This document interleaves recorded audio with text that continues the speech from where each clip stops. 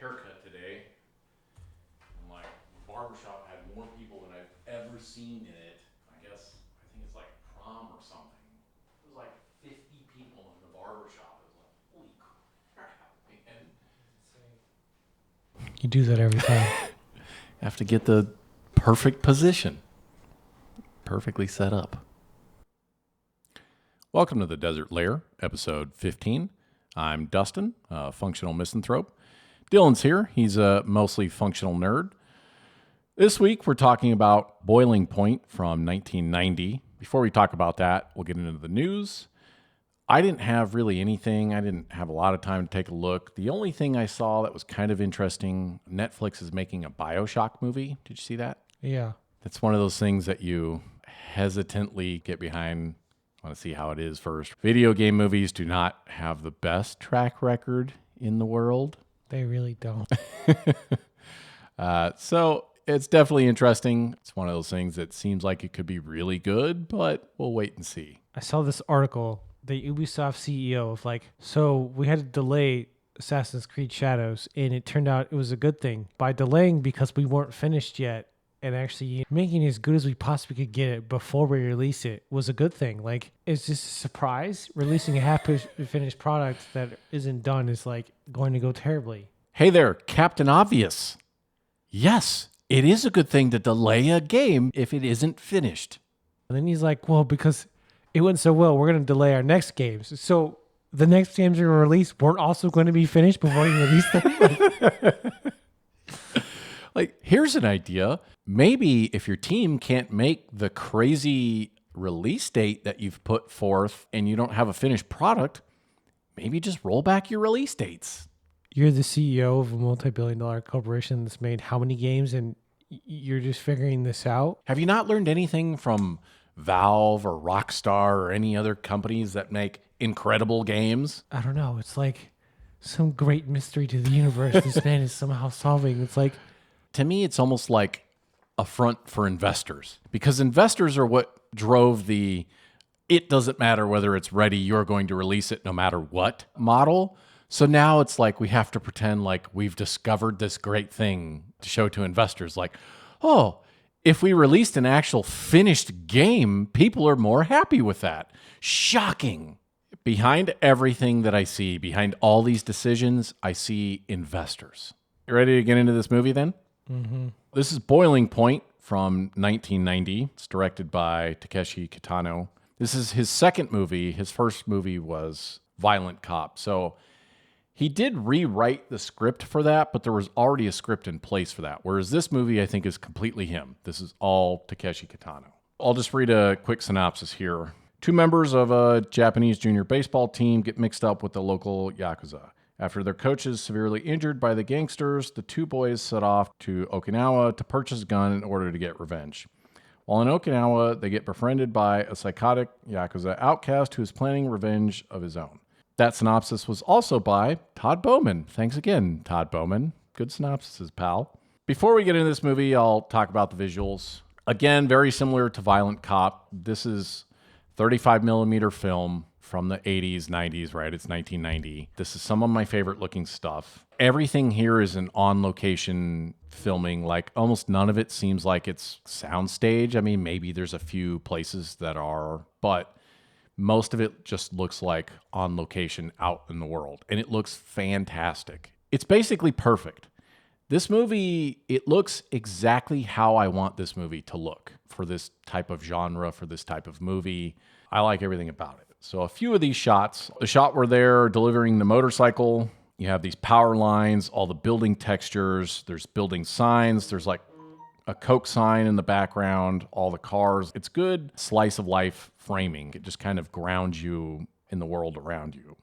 There's a shot with the Coke machine where they're pulled over on the side of the road where that Coke machine's at. You have all these overgrown weeds, and then in the background, you have the new construction and cranes, and then you have this sunset where they're fishing. There's a pier shot, or you have landscape in the background, and then you have the boats, the water. Again, it's just kind of another good slice of life shot, and it's just this neat shot of the pier pretty far back. The shot where they're drunk walking down the street at night, you have all the signs that are lit up at night down the street, and that's a real neat shot. Driving up the hill where they're all in the car together. So they have power lines, the houses in the background, the water, the city alley. Again, they have power lines. They have all these gritty textures and buildings. They have Coke and Metallica painted on the walls. A lot of texture in that shot. The fuel truck at night. There's trash on the side of the road. Again, you have all these buildings and the lights. Just looks pretty good. You good? I'm getting weird verifications from a website I've never been to. Yeah, so it's spam that's trying to fish you. Yeah. I would block the texts. Again, visually, I just like this entire movie. Pretty much everything about it. So getting into this movie starts out, we have Masaki, who is the protagonist of this movie. Masaki's he's taking a crap. It's like this long 20-second shot on his face, and then it pans out, and we realize he's like in the outhouse or whatever on the baseball field. And we're introduced to Iguchi, so sand's blowing around, and he's like, what a bunch of idiots these guys are for playing in this dusty-ass place. And his girlfriend's like, and we're bigger idiots for sitting here watching him. And he's like, shut your mouth. That was just great. I'm like... So right off the bat, we understand that Iguchi's not normal, right? Compared to most Japanese people who stereotypically are kind of mild-mannered, very collectively oriented. Immediately, you could tell this dude is a little different than the rest of these people. One of the players is swinging a bat, and he swings it super close to their faces as they're all sitting on the bench, and he's like, watch it! Iguchi and Masaki are friends, seems like, more so than all the rest of these people. Iguchi, I guess, is kind of like their coach. Like, it's hard to tell because he sort of plays the coach role, and then he also sort of just plays the, like, I'm here to hang out with these people. So he asks Masaki to coach third base, I think it is. And so he goes out there, and he tells him all a coach has to do is stand there, basically. So that's what he does. He walks out there, and he's just he's awkwardly staring at the other team. The other guy's looking at him, and he's kind of looking at him, and it's just this super awkward shot. His teammate runs by. He says literally nothing. He just stands and watches, and he's like, why didn't you give me any kind of signal? That was like the last out. So they change bats. He's still standing out there. And the other team, like, he comes out there, and he's looking over, and he looks over again, and he's just like, okay. Like, he doesn't say anything to him. He just awkwardly stares like, what is this guy doing? He doesn't even know the rules. Which I'll later see, like, he does it again. Like, he doesn't understand the rules. It's like, how are you on this team if you don't even understand the rules of the game you're playing? The catcher gets up after that and tells him, like, if you don't know what you're doing, just, like, go find stray balls. It almost seems like he doesn't even want to be there. He seems sort of disinterested, like he doesn't necessarily even know what's going on, but you have to ask, like, does he even care? If you were interested in this, wouldn't you have learned the game? Like, you don't just show up.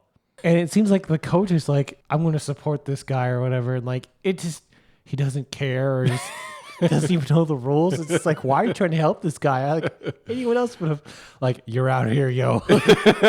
Yeah, like, we don't need you. Yeah. Masaki almost feels like he's on the spectrum to me. There are several scenes where he just stares awkwardly at something. The other team is pitching, and the pitcher hits his team. And again, Iguchi flies off the bench out there to, like, yell at the guy and scream at the guy. And he's the only one pissed off. The guy who got hit is like, whatever, it's no big deal. And the other guy is like, oh, yeah, I'm sorry. The Little League team shows up early. They're like 10 minutes early or something. You know, they're waiting till the game ends. And Iguchi's yelling at them. And he's like, why are you here? And he's like, your game's over. Like, we still have 10 minutes. Get lost. It's like yelling at the Little League team. He's just a dick. Cuts to the next scene, and we find out Masaki works at a gas station. So he shows up to the gas station late. His coworker's kind of irritated. He's wanting to leave. There's a car that needs washing. He barely got there, and he's getting ready. And then the customer starts yelling at him, like, is my car done yet? Like, have you done anything? And I mean, I feel like if I'm him in that situation, I'm going to be like, I just got here. Let's go talk to the manager or something. But he just kind of puts his head down and then goes out and lets this guy abuse him. And the guy kind of has a point, I guess. I mean, I don't know what time he dropped off his car or whatever, but it would be irritating if you dropped your car off and you show up and, like, it's not done yet. No, they haven't even started on it. He starts washing it. It turns out this guy is a Yakuza. He's a gangster, right? And he starts getting pissed off. So he starts shoving Masaki. And so the next scene, like they're all apologizing, like traditional Japanese, we're sorry, we're bowing, customer's always right kind of thing. And then the guy says, I'm a gangster, shape up or I'll shut you guys down. And Masaki, completely misreading the situation, decides he's going to try and hit this guy. If it started off this way, the second he hit you, you hit him fine. But you've apologized, you're trying to say sorry, and like stuff has gotten weird, and like you've completely misread the situation. Now you try and hit the guy. You've completely screwed this up.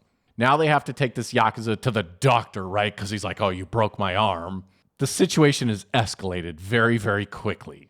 That scene plays out, and then they say the Yakuza boss will be back here to kind of settle things later on.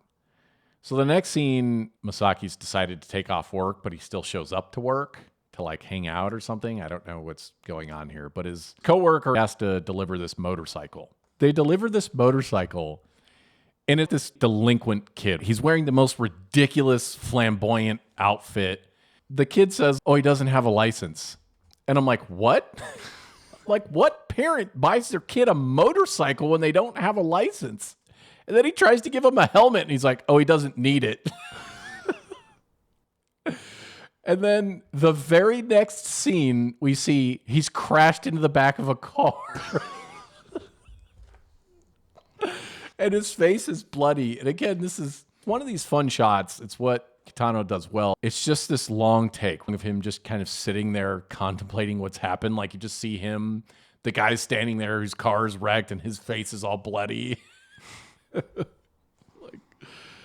So they're at the cafe, and his friend is asking him if he has a girlfriend, and he's like, you should ask someone out. He leaves and leaves him the extra helmet. And so he decides he's going to try and ask out the waitress.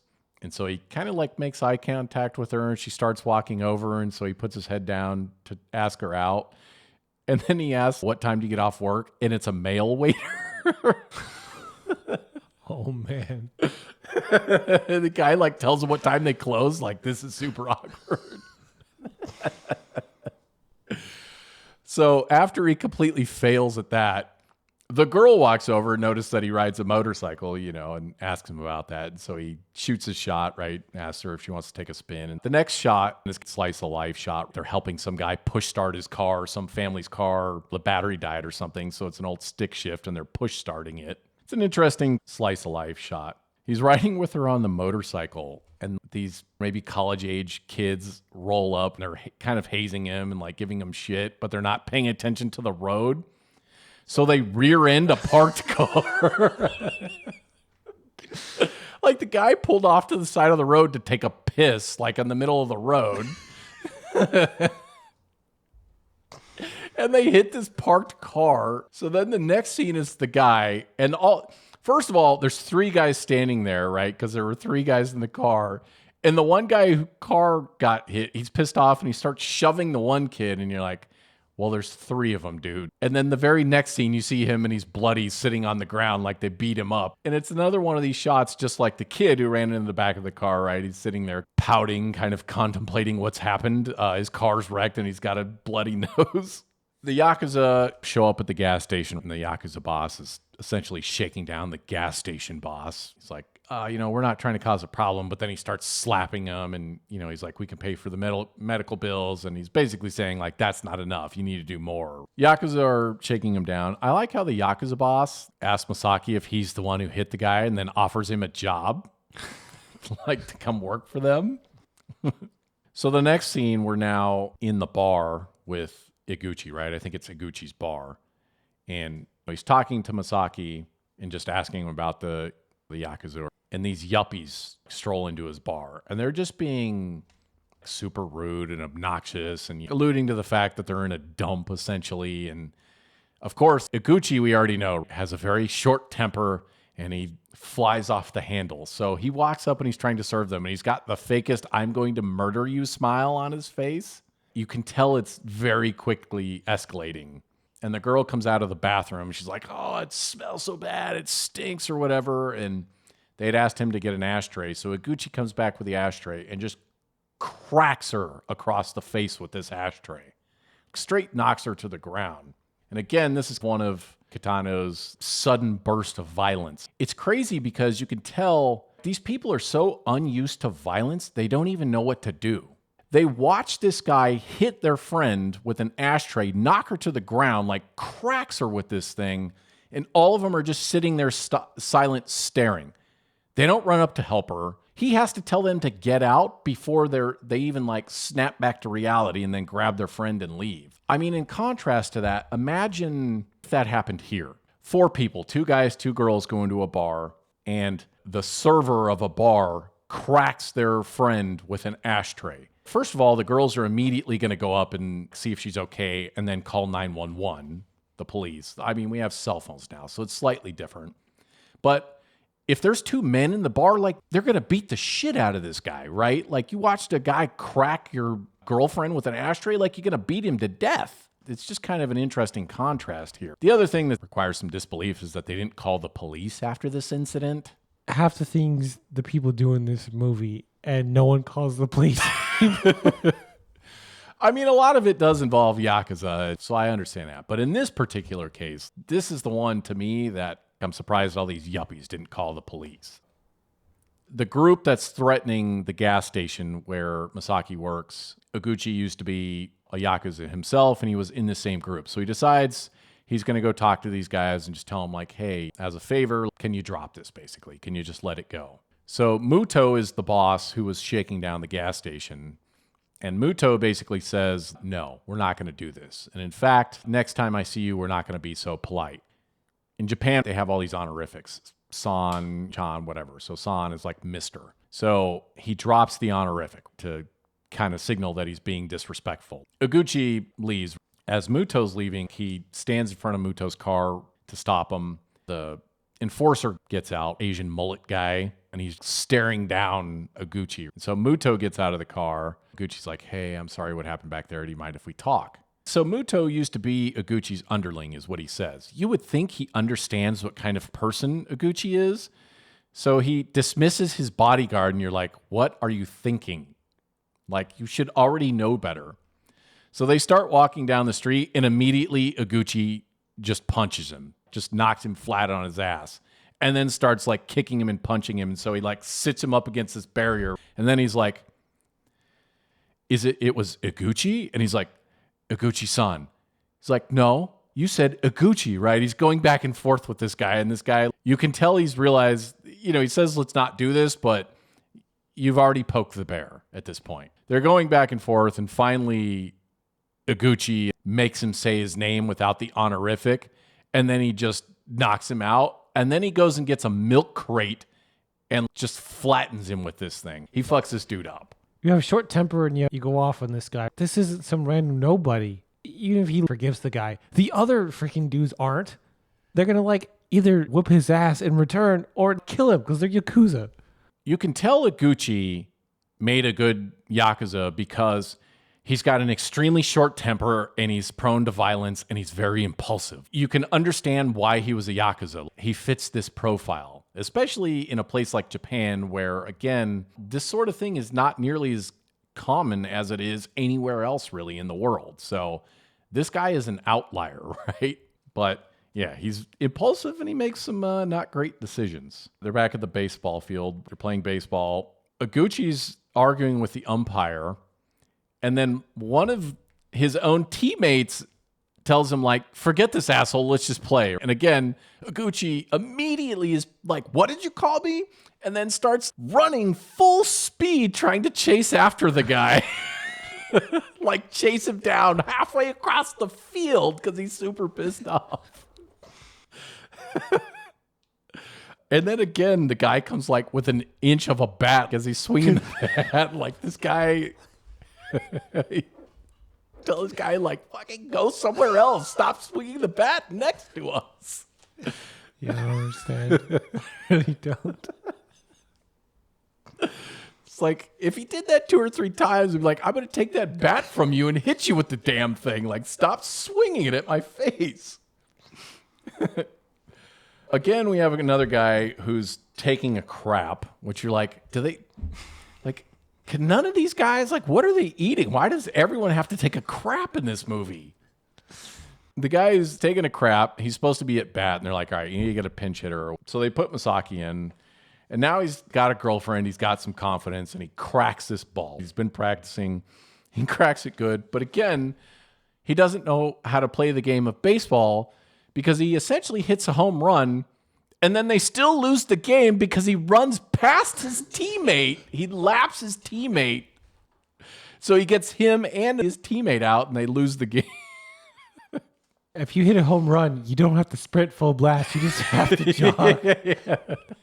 I don't even play baseball. I know. How is he playing baseball and he doesn't know the rules of baseball? You did something so well and hit a home run, and then you blew it in the most dumb way possible. If that doesn't get you fired from the team, it's like, dude, what do you have to do? It's like, man, this guy's... So they're playing catch in the park and they're hanging out. He's got his girlfriend there, and Masaki has his girlfriend. And the other guy rides up and he's like, there's a girl here for you, Iguchi. And so Iguchi goes running off to meet this other girl while his girlfriend is standing there.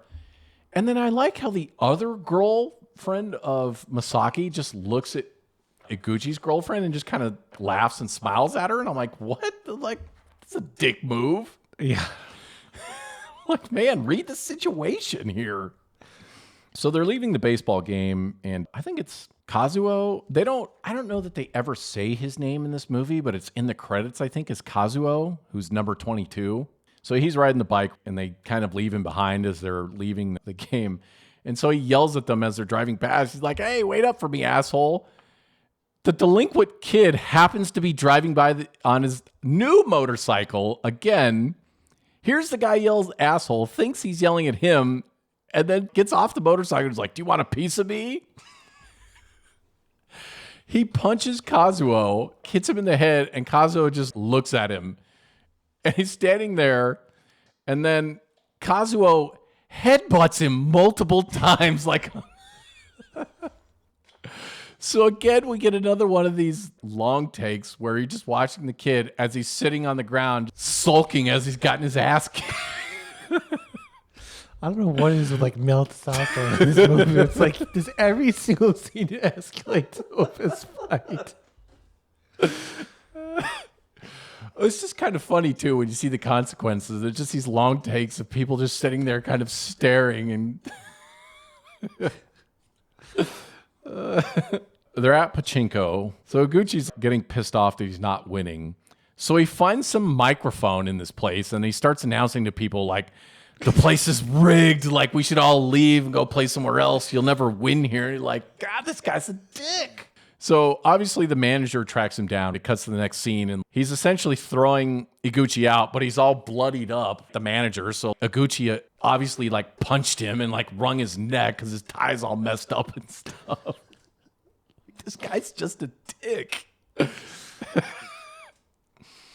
So they're leaving the pachinko parlor. And of course, the Yakuza catch up to him, which is like, this was obviously going to happen. So they take him aside to have a conversation and he's fighting with these guys. And the boss shows up and the boss says something to him that makes sense, right? He tells him like, listen, you're not a gangster anymore. You don't get to just act like this whenever it suits you. Like, straighten up.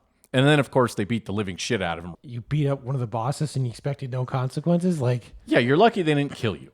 So the guys come to see him, and his girlfriend is like, he's going to go get a gun from Okinawa and shoot everybody.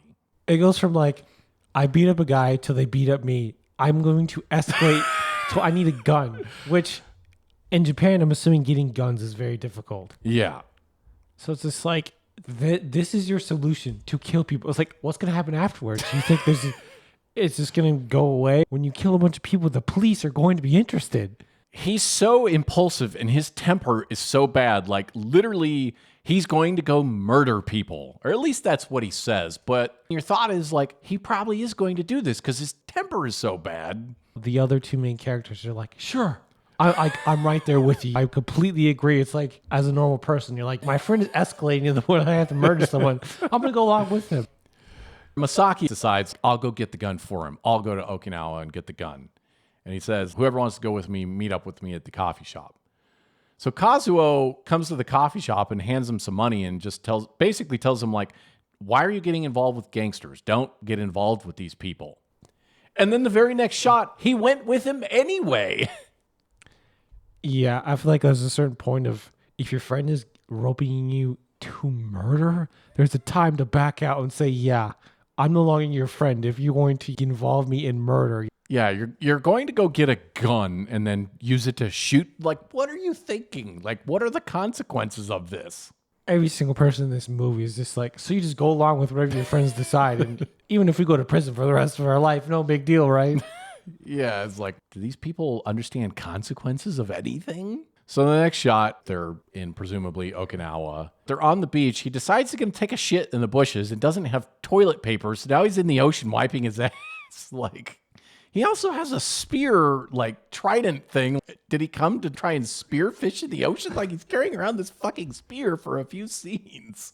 I think the way that Yakuza work is they normally operate out of offices. That's their front. They're like some kind of organization or company. So I think it's somewhat clear, probably at least, where you go to find Yakuza. So they decide to go into town. They go to where I presume would be the local Yakuza headquarters. So they see Uehara coming out. He's played by Takeshi Kitano. It introduces us to Kitano. And so he's sitting in this meeting, and there's all these Yakuza guys. And they're basically like, you're skimming money from us. So you need to pay us the money back and cut off your finger and give it to us. And the one guy flicks a cigarette at him. He's literally surrounded by Yakuza, and after the guy flicks a cigarette at him, he grabs a bottle like he's going to get up to try and bash this guy with the bottle. And immediately two guys put guns on him and sit him back down. And He does that several times. So immediately, this guy is extremely impulsive. He makes the most impulsive decisions ever. Like, he's literally trying to get himself killed in a meeting of a bunch of gangsters. He's trying to, like, hit a boss with a bottle. It's a certain level of, okay, can I at least think about a decision I'm going to make? Like, there's literally no forward thinking whatsoever. It's like just in the instant. So they're outside, and he's kicking in one of the guy's cars. And the chauffeurs try and stop him, and he starts beating the guy. And another guy jumps in, and his buddy, maybe Tamaki, but I think it's Tamaki. So his buddy Tamaki jumps in and stops the other guy from stopping Kitano. He beats him up. So they're walking away. Masaki and Kazuo, they went to this Yakuza office. They see Kitano beating this guy and just has this temper, and he's violent. So they immediately probably think, like, here's Iguchi, right? Here's Iguchi's counterpart. So they see this guy, and they decide to follow him to the local bar. And so they're all hanging out. And immediately, Kitano is, like, interested in Kazuo. He's on top of him, basically. He's got his arm around him, and he's rubbing him, and he's, like, rubbing his legs, and he's, like, so smooth. He's like, do you shave? And then he's, like, leaning in, like, smelling him, and he's like, you smell dude.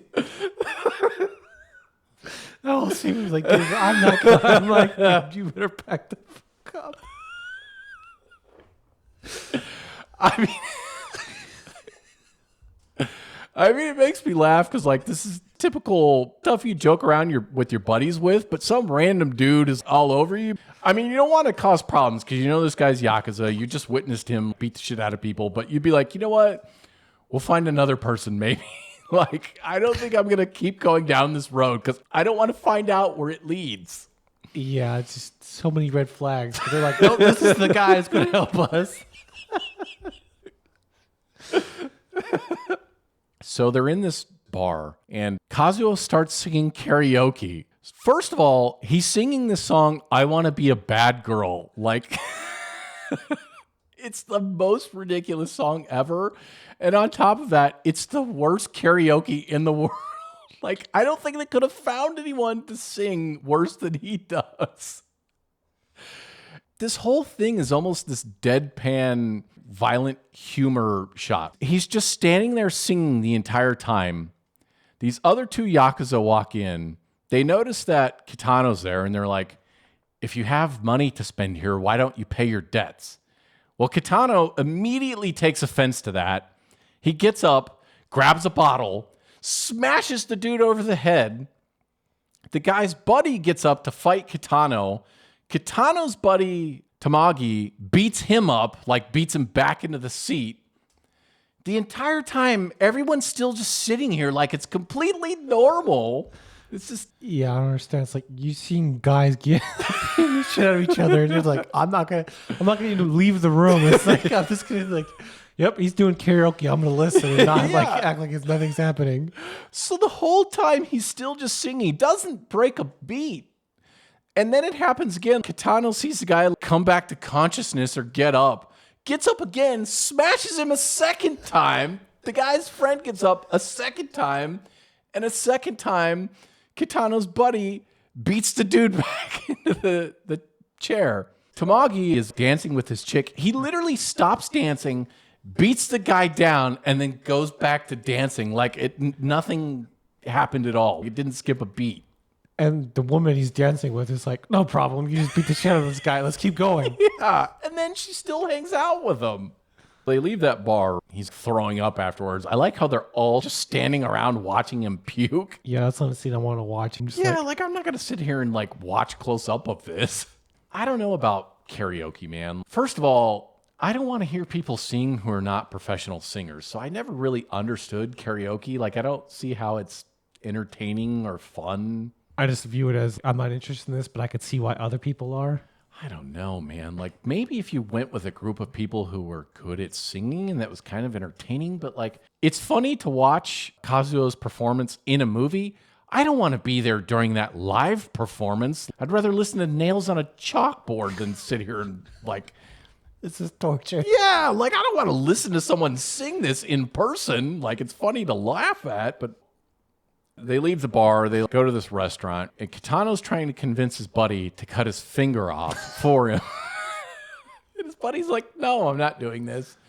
And so Kitano's getting pissed off that his buddy like keeps telling him no. So he keeps trying to pick up bottles and hit his buddy, and his girlfriend has to try and keep stopping him. Like, this guy's a handful. You were there knowing he's going to pick up the bottle. It's like, instead of just moving him all the way. Like, no, I'm just going to keep stabbing to stop him repeatedly. It's like there needs to be nothing within grabbing distance of this guy because he's going to hit someone with it. And then there's this weird scene where they're all eating this like black sludge. I don't even know what it is. Yeah, I was just like, dude, I'm not going to eat that. Like, that looks disgusting. Well, and then Kitano tells him like, eat it. And so they start eating it. And then it pans back to Kitano, Tamagi, and Kitano's girlfriend. And they all smile and they just have this straight black teeth. There has to be some kind of cultural reference to this. Like, I don't understand what it is, but it's still kind of just a goofy scene. They're all smiling with black teeth. Now they're back at their apartment. There's this kind of awkward scene of like Kitano and he's in his underwear and he's hanging on whatever this machine is. You're like, what is he doing? Like he's trying to stretch his back or something. Like you don't know. He asks his friend, like, do you have a girlfriend or are you having sex? And he's like, oh, you know, I manage. I don't have a girlfriend. And he's like, well, I could hook you up with my girlfriend. And then he bullies his girlfriend into sleeping with his friend. Not only that, but they're all watching. So they're all sitting in this room. And the first shot is of Misaki and the random girl that they picked up at the bar. Their heads are just down in shame, and like you can kind of see she tries to look out of the corner of her eye. She's like, it's a completely awkward scene. And then it cuts to Kitano and Kazuo, and Kitano is like feeling up, and like you could tell like he's aroused and he's like stroking Kazuo as he's watching his friend have sex with his girlfriend. It's like the most awkward. It could have been more awkward than the entire fucking scene. Jesus Christ. I don't think you could have filmed a more awkward scene. Then it gets worse. Yeah, so then Kitano is so aroused watching his friend have sex with his girlfriend. He says he wants to turn, rolls her off the bed, and then pins down his friend and rapes his friend. And the whole time, it's kind of hard not to laugh as he's raping him because he's laughing. His friend's like, what are you thinking? And he's like, I'm thinking all kinds of things. And he's like, stop, it hurts. And he's like laughing. He's like, idiot. So he literally just rapes his friend, but the scene is filmed as comedy, and it kind of is. Kitano films this scene perfectly. There's no way you could possibly have filmed this in a more awkward, just crazy manner. Then it cuts to the next scene, and we find out that the reason why he made his friend have sex with his girlfriend and forced his girlfriend or bullied his girlfriend into it is so that he could guilt trip his friend into cutting off his finger. And the worst part is he picks like a dull knife. It's like it isn't working. He's like, get something heavy.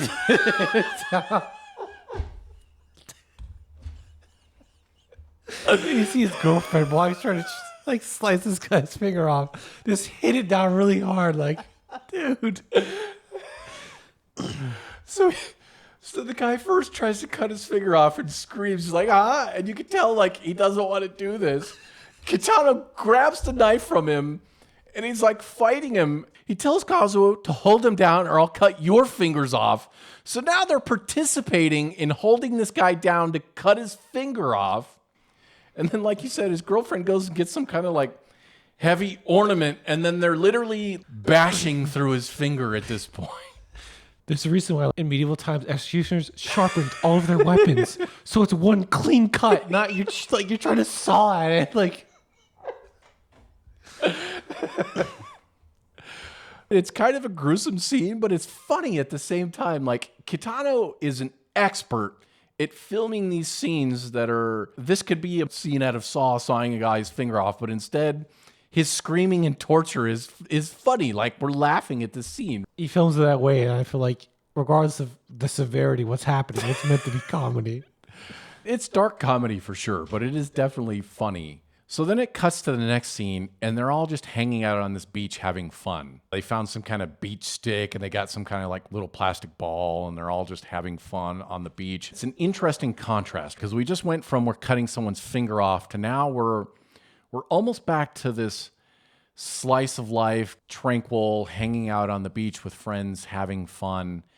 And then it kind of gets dark again. The girl goes to bat, and Kitano's pitching, and then he just starts repeatedly hitting her with this ball. Now you can tell he's just being petty and an asshole, and he's pissed off. And so they're all sitting down, and she's like, what are you so pissed off about? Then Kitano's like, why'd you sleep with Tamagi? And she's like, because you told me to. So then he starts hitting her, and then he's like, would you just sleep with anyone that I told you to? And it's like, now you're like, this guy's just the ultimate piece of shit. It was funny watching him before. And I mean, they kind of trying to film this as funny, but it's domestic abuse at this point. He's not severely injuring her. He's like smacking her on the head, but he's just being a complete fucking douchebag about it. He bullied her into sleeping with this guy, and he's going to be a dick to her if she doesn't. And then she does it, and then he's being a dick to her for doing it. Like, he's so impulsive, manipulative, and then just an all-around sociopath. He's a complete sociopath. He's just a piece of shit.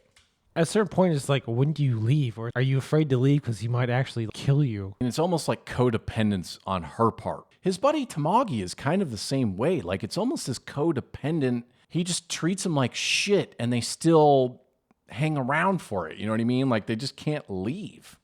So he sets up a meeting. They're headed to go meet this guy to buy these guns. They're all piled together in this car. Kitano's girlfriend, Tamagi, Masaki, Kazuo, Kitano, and the random girl they met at the bar. So they're all piled into this car, and then Kitano asks, why are there so many of us in this car? And of course his girlfriend is like, because you told us to all get in the car. So again, he starts hitting her. From the time on that beach scene to the time that we get rid of her later on, he's just constantly smacking her on the head. And she's crying, and he just keeps hitting her. And you're like, man, this guy's just a piece of shit. He says someone has to get out. So then the girl that they met at the bar, they literally just leave her on the side of the road. Right there. Can't even drop her off at the bus station. Or something. You gotta leave her in the middle of the street. Like, God, you're such a dick. And no one else says anything. Like, they're all just afraid. But at the same time, you're like, why is this girl still following them around at this point? If I went someplace with someone, like home from a bar, and then just witnessed them force his girlfriend to have sex with someone in front of us, and then cut his buddy's finger off, like, I'm going home. Yeah, I'm getting out of there as soon as possible. Yeah, like, I'm not hanging around with these people anymore. So they're on the way to buy guns. They stop at a convenience store for ice cream. Kitano gets out. He buys everybody ice cream but the girlfriend. Again, he's just being a dick to her. And so she's kind of pouting, and they're all standing around eating the ice cream. And the look on her face as they're all standing around eating ice cream and she doesn't have one, just there's such like pouty. I mean, it's funny, like her face, but at the same time, you're like, this guy is such an asshole.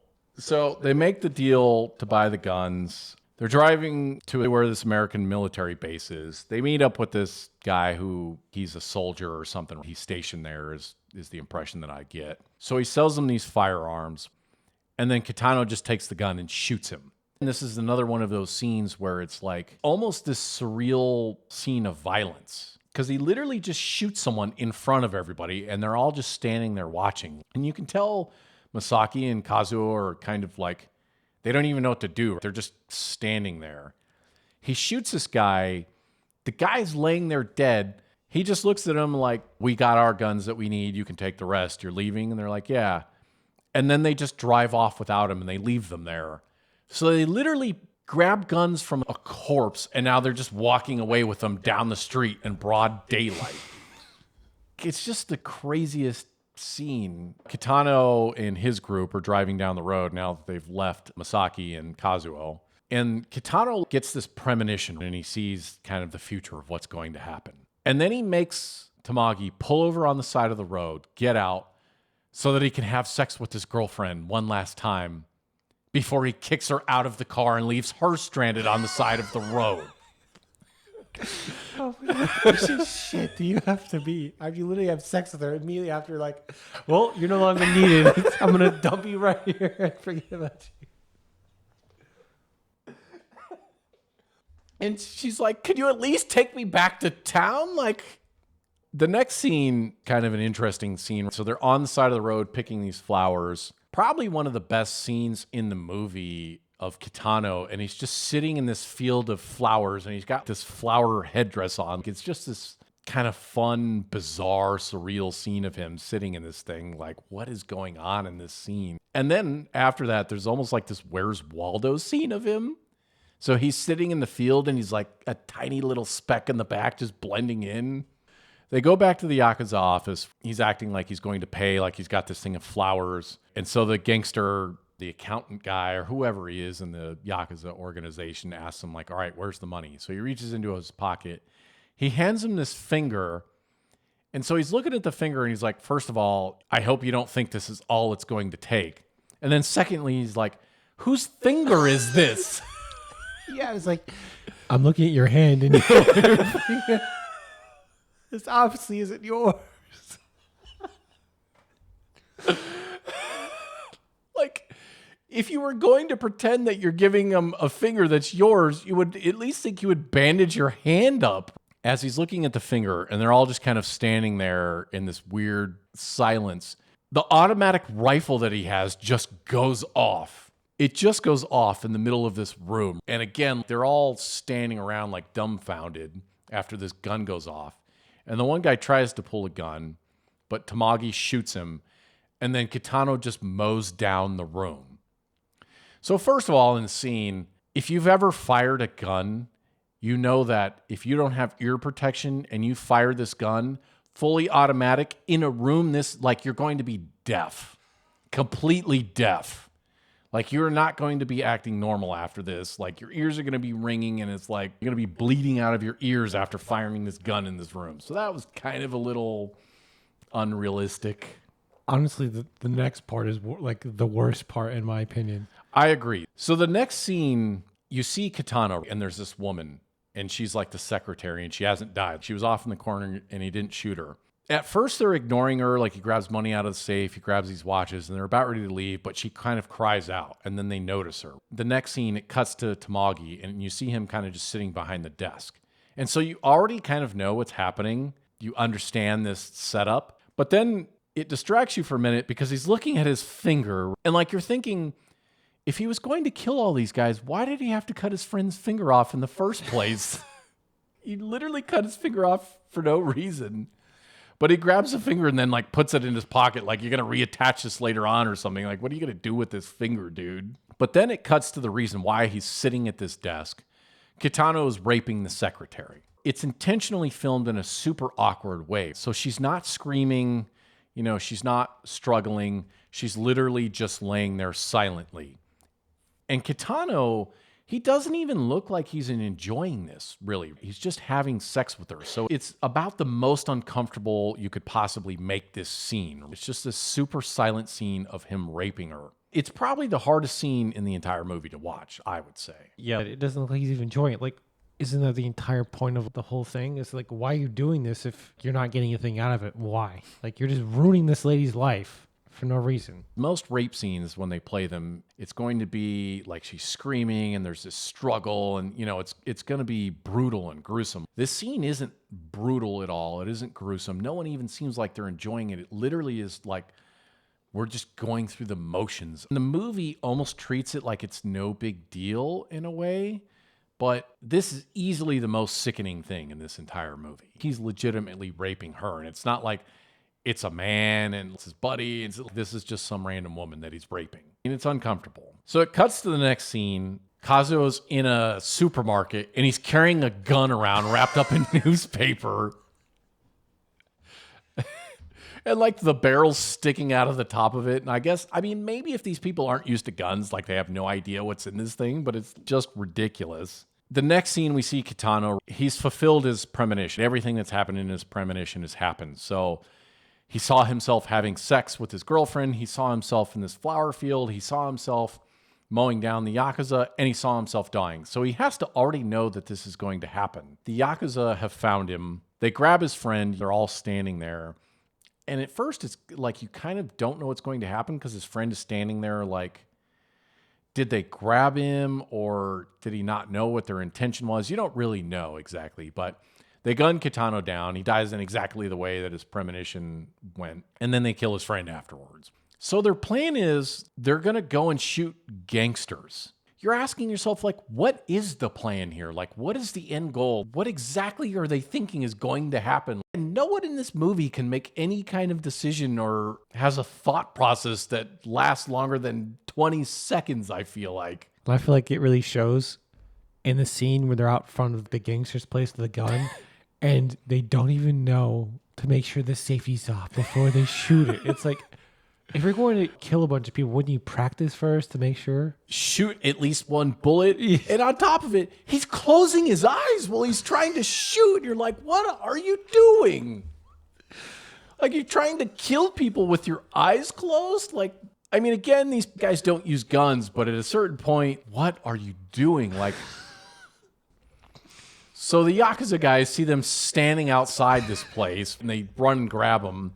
Masaki happens to have the gun as they're passing it back and forth, trying to figure out how to get it to work. And he runs off, and he leaves his two friends. The Yakuza beat the shit out of his two friends. He's in the car with his girlfriend, which, again, at this point, what is wrong with all the women in this movie? Why are they with these people? What are they doing? The movie treats women like they're the stupidest people on earth, I feel like. So his girlfriend is sitting in the car with him. She went along with him when he was going to try and shoot up a Yakuza headquarters. Now she's sitting in the car with him while he's playing with a gun, and you're like, what is she thinking? And then finally, he accidentally turns the safety off and shoots the window out of his car, and you're like, get rid of this gun. You're going to kill yourself with this thing. He has this failed attempt. He goes back and somehow makes up with his buddy who, he ran off, and his buddy's kind of pissed off, but then his buddy, whatever, he got away with the gun. So they kind of make up. So he takes his girlfriend to work, and work is like, where have you been all this time? Just disappeared.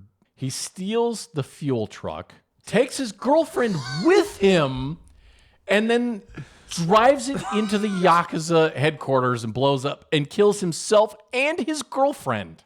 While they're driving there, his friend sees him drive this fuel truck. And he's like, hey, wait. Yeah, you're like, why would you get in the truck with him?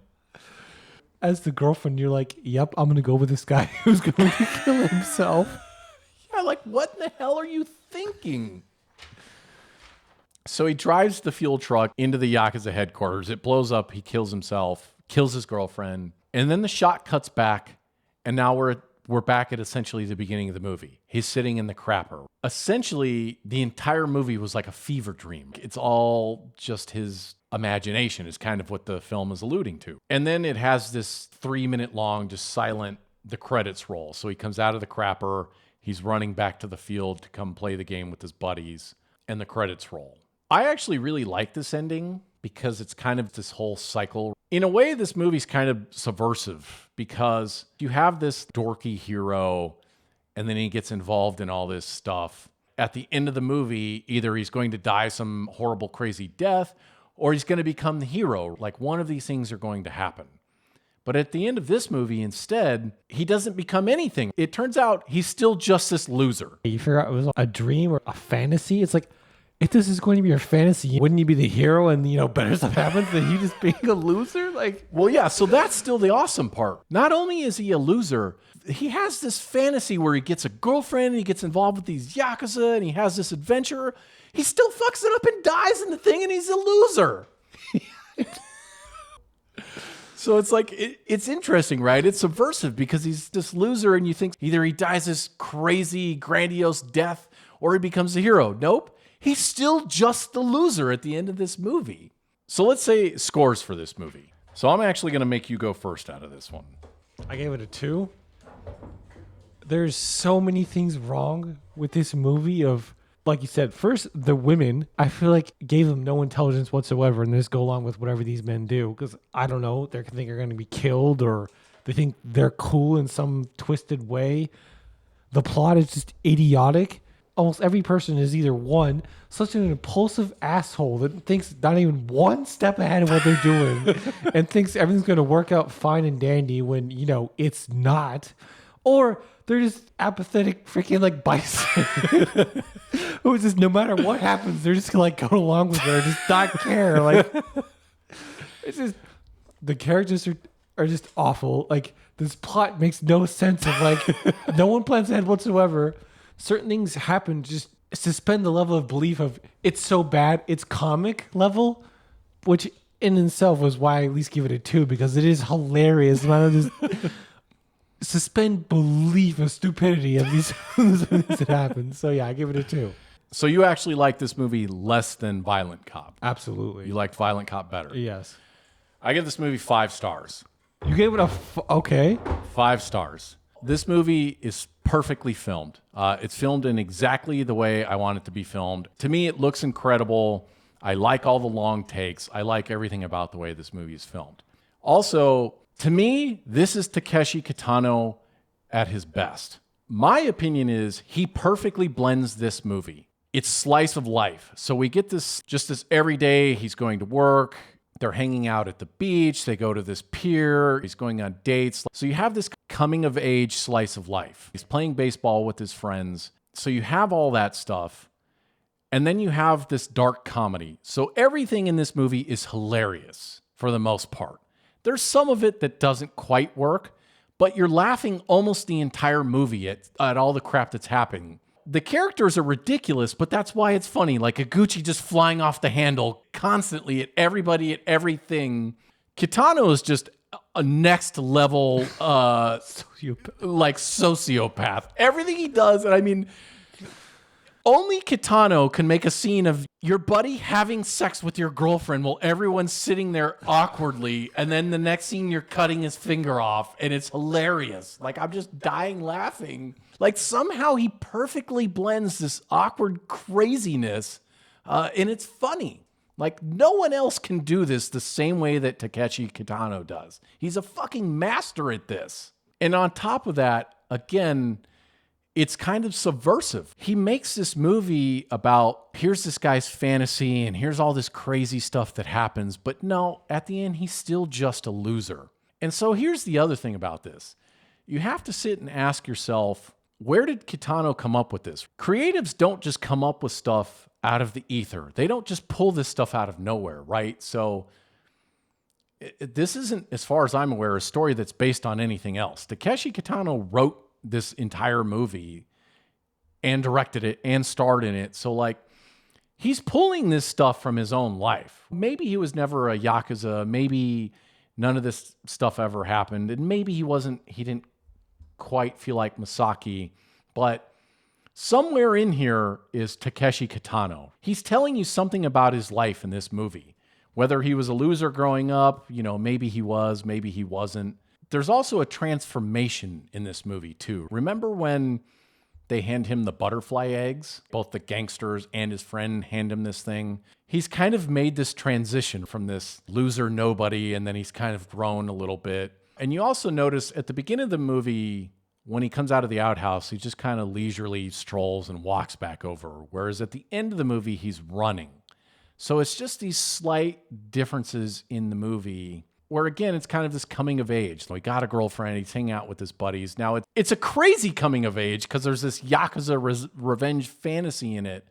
But Kitano does a good job showing you this transformation of this guy. And maybe it's only slight in his actual life, whereas in his fantasy life, it was complete bonkers. But it does make you wonder about Kitano's own transformation in his life. Like, what did he go through in his life to come up with this movie? And what is he trying to say in this movie about his own life? Like, I don't really know the answer to that.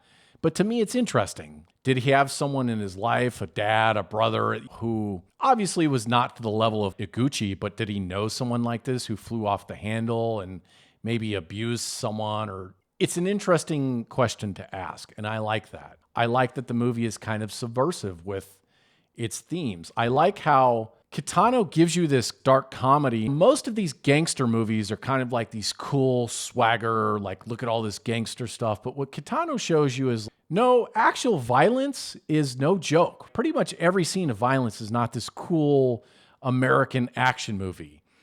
It's this crazy, surreal, like we've just shot someone and they're laying here dead. That's the difference between his movies and like an action movie. In an action movie, you shoot someone and you don't think about it. Any Arnold Schwarzenegger movie, you kill 50 dudes and it's not a big deal. Whatever, you killed the bad guy. Or a thriller movie, you kill someone, or a horror movie, you kill someone, and it's, oh my God, it's this worst, most horrible thing ever. Kitano subverts both of those. He kills someone. This is what it actually looks like. They just die in front of you, and there's no music. This movie has no score to it. Do you notice that? Other than the one scene of him singing the awful karaoke, there's no music, there's no score, there's no musical framing this. You shoot someone, they die, they're dead, that's it. And it's a little bit movie-esque when he mows those guys down with the gun, right? That's not quite as realistic.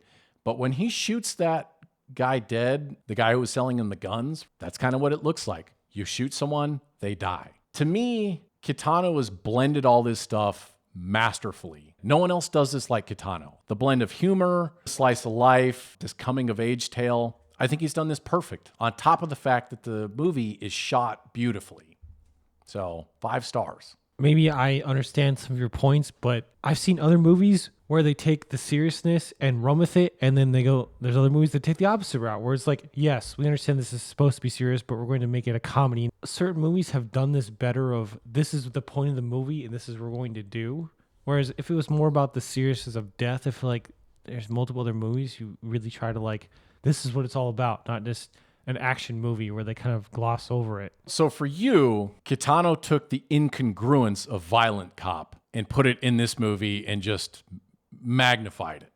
Yes, and if it was more serious, not every single decision every single character makes, this feels idiotic. Like, okay, I understand impulsiveness, but after the impulsiveness is over, it's like, oh, I fucked up. Now I'm going to try and fix it. Nope, they just run with it. They're just like, I'm just going to keep doing it over and over and over again. It's just like no one learns anything. Yeah, to me, I think that works because it's this kind of slice of life, coming of age comedy, and it's a dark comedy. So all the ridiculousness in this movie, for me, works because it's intentionally doing that. It's not just these characters are stupid and we've written this poorly.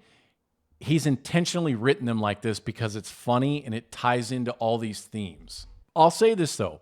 I understand how watching this movie, the incongruence of it can definitely lead to a score of 2. I get it.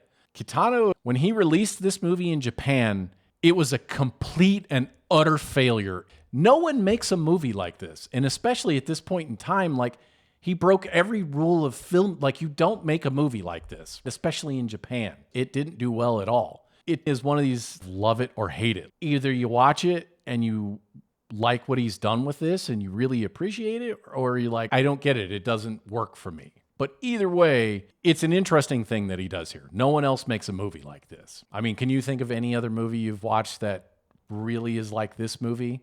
No. At the very least, Kitano does something that is very unique. This is his style of movie, and this is a Kitano movie, and you will have a hard time finding any other movie that blends all of these elements in the same way that Kitano does. I think that's pretty much all that I have to say about this movie. Is there anything else you wanted to say? No, I have nothing else. All right. I think that's all I got then. Later, man. Yep.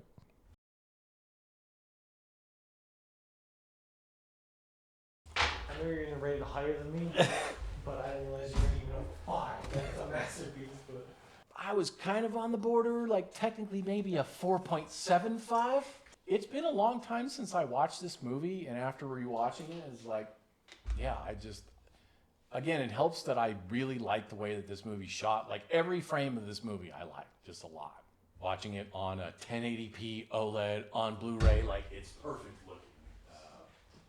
It could probably look better if they transferred it to 4K. You know, you could resolve a little more detail out of it because it's shot on film and stuff. But honestly, the Blu-ray looks really good. Even with the two of us, I had to have him put 2 chairs on both sides so that we could hold the things up while we assembled it. The directions say you're supposed to have 4 people, so if it were me, I could have gotten it done by myself, but it would have taken like 4 or 5 hours trying to dig with it. Like, it would have been a massive pain in the ass. So those guys came to like take all my furniture out of my house in England. Dude, I've never seen someone with tape gun so fast. He had like that Brendan Brown like movie paper over there. It's like lightning that fucker. I was like, Jesus. Claire had that apartment. She got it on the 3rd floor, and she had that bed, and I had to carry the fucking thing up 3 flights of stairs. Apartments were not designed to move furniture in and out of them. The guy showing the video, and he's fucking hand twisting it to try and get the convergence with the test pattern like lined up perfectly. I'll conveniently buy all the stuff that needs to be done, and I'll wait until coming out, and then I'll conveniently open it all up in a space that he needs to use and be like, here's the video, can you help me do this? Every time I get animated, I always hit these pictures.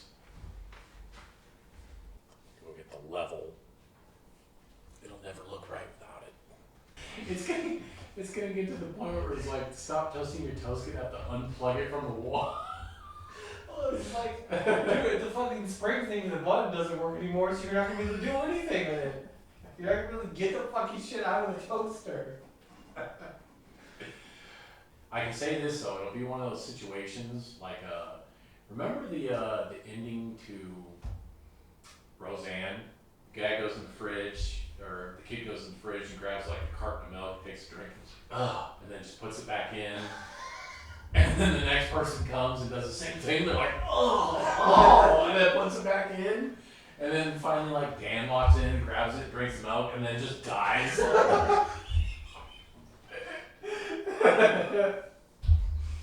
Like, it'll be like that with the toaster. Like, if I have to burn a piece of toast and like completely char it or whatever, like, if I manage to break it out of there, I'm still gonna leave the toaster there. Like,